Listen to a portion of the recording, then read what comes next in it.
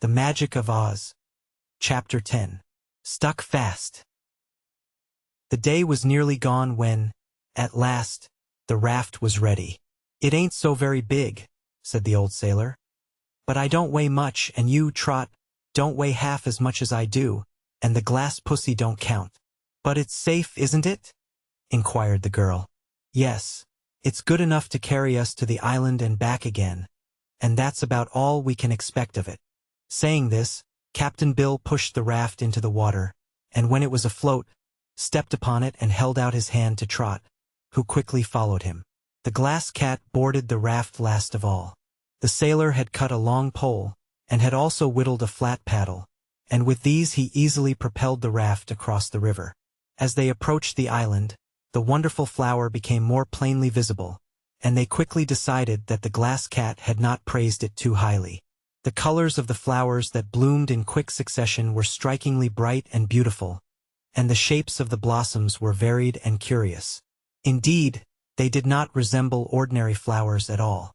So intently did Trot and Captain Bill gaze upon the golden flower pot that held the magic flower that they scarcely noticed the island itself until the raft beached upon its sands. But then the girl exclaimed, "How funny it is, Captain Bill, that nothing else grows here except the magic flower." Then the sailor glanced at the island and saw that it was all bare ground, without a weed, a stone, or a blade of grass.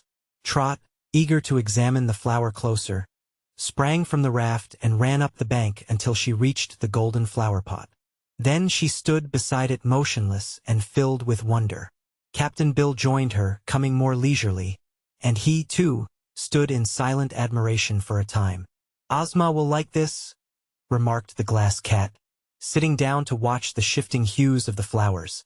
"I'm sure she won't have as fine a birthday present from anyone else." "Do you suppose it's very heavy, Captain? And can we get it home without breaking it?" asked Trot anxiously. "Well, I've lifted many bigger things than that," he replied. "But let's see what it weighs." He tried to take a step forward, but could not lift his meat foot from the ground. His wooden leg seemed free enough, but the other would not budge. "I seem stuck, Trot," he said, with a perplexed look at his foot. "It ain't mud, and it ain't glue, but something's holdin' me down." The girl attempted to lift her own feet, to go nearer to her friend, but the ground held them as fast as it held Captain Bill's foot. She tried to slide them or to twist them around, but it was no use. She could not move either foot a hair's breadth. "This is funny," she exclaimed. "What do you suppose has happened to us, Captain Bill?" "I'm trying to make out," he answered. "Take off your shoes, Trot. P'raps it's the leather soles that's stuck to the ground." She leaned down and unlaced her shoes, but found she could not pull her feet out of them. The glass cat, which was walking around as naturally as ever, now said, "Your foot has got roots to it, Captain, and I can see the roots going into the ground, where they spread out in all directions. It's the same way with Trot. That's why you can't move. The roots hold you fast." Captain Bill was rather fat and couldn't see his own feet very well, but he squatted down and examined Trot's feet and decided that the glass cat was right. "This is hard luck," he declared, in a voice that showed he was uneasy at the discovery. "We're preenas, Trot, on this funny island, and I'd like to know how we're ever going to get loose, so's we can get home again." "Now I know why the Kalidah laughed at us," said the girl, "and why he said none of the beasts ever came to this island. The horrid creature knew we'd be caught, and wouldn't warn us." In the meantime, the Kalidah, although pinned fast to the earth by Captain Bill's stake, was facing the island, and now the ugly expression which passed over its face when it defied and sneered at Captain Bill and Trot had changed to one of amusement and curiosity. When it saw the adventurers had actually reached the island and were standing beside the magic flower, it heaved a breath of satisfaction, a long, deep breath that swelled the deep chest until the beast could feel the stake that held him move a little, as if withdrawing itself from the ground. "Aha!" murmured the Kalidah. "A little more of this will set me free and allow me to escape." So he began breathing as hard as he could, puffing out his chest as much as possible with each indrawing breath, and by doing this he managed to raise the stake with each powerful breath, until at last the Kalidah, using the muscles of his forelegs as well as his deep breaths, found itself free of the sandy soil. The stake was sticking right through him, however, So he found a rock deeply set in the bank and pressed the sharp point of the stake upon the surface of this rock until he had driven it clear through his body. Then, by getting the stake tangled among some thorny bushes and wiggling his body, he managed to draw it out altogether. "There," he exclaimed. "Except for those 2 holes in me, I'm as good as ever. But I must admit that old wooden-legged fellow saved both himself and the girl by making me a prisoner." Now the Kalidas, although the most disagreeable creatures in the land of Oz, were nevertheless magical inhabitants of a magical fairyland, and in their natures a certain amount of good was mingled with the evil. This one was not very revengeful, and now that his late foes were in danger of perishing, his anger against them faded away. "Our own Kalida king," he reflected, "has certain magical powers of his own. Perhaps he knows how to fill up these 2 holes in my body."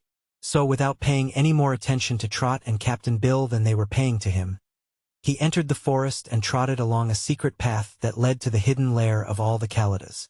While the Kalida was making good its escape, Captain Bill took his pipe from his pocket and filled it with tobacco and lighted it. Then, as he puffed out the smoke, he tried to think what could be done. "The glass cat seems all right," he said. "And my wooden leg didn't take roots and grow either, so it's only flesh that gets caught.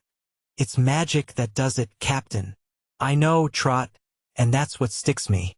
We're livin' in a magic country, but neither of us knows any magic and so we can't help ourselves." "Couldn't the Wizard of Oz help us, or Glinda the Good?" asked the little girl. "Ah, now we're beginning to reason," he answered. "I'd probably thought o' that myself in a minute more. By good luck the glass cat is free, and so it can run back to the Emerald City and tell the wizard about our fix, and ask him to come and help us get loose." "Will you go?" Trot asked the cat, speaking very earnestly. "I'm no messenger to be sent here and there," asserted the curious animal in a sulky tone of voice. "Well," said Captain Bill, "you've got to go home anyhow, 'cause you don't want to stay here, I take it. And, when you get home, it wouldn't worry you much to tell the wizard what's happened to us." "That's true," said the cat, sitting on its haunches and lazily washing its face with one glass paw. "I don't mind telling the wizard when I get home." "Won't you go now?" pleaded Trot. "We don't want to stay here any longer than we can help, and everybody in Oz will be interested in you, and call you a hero, and say nice things about you because you helped your friends out of trouble." That was the best way to manage the glass cat, which was so vain that it loved to be praised. "I'm going home right away," said the creature, "and I'll tell the wizard to come and help you." Saying this, it walked down to the water and disappeared under the surface. Not being able to manage the raft alone, the glass cat walked on the bottom of the river as it had done when it visited the island before, and soon they saw it appear on the farther bank and trot into the forest, where it was quickly lost to sight among the trees. Then Trot heaved a deep sigh. "Captain," said she, "we're in a bad fix. There's nothing here to eat, and we can't even lie down to sleep.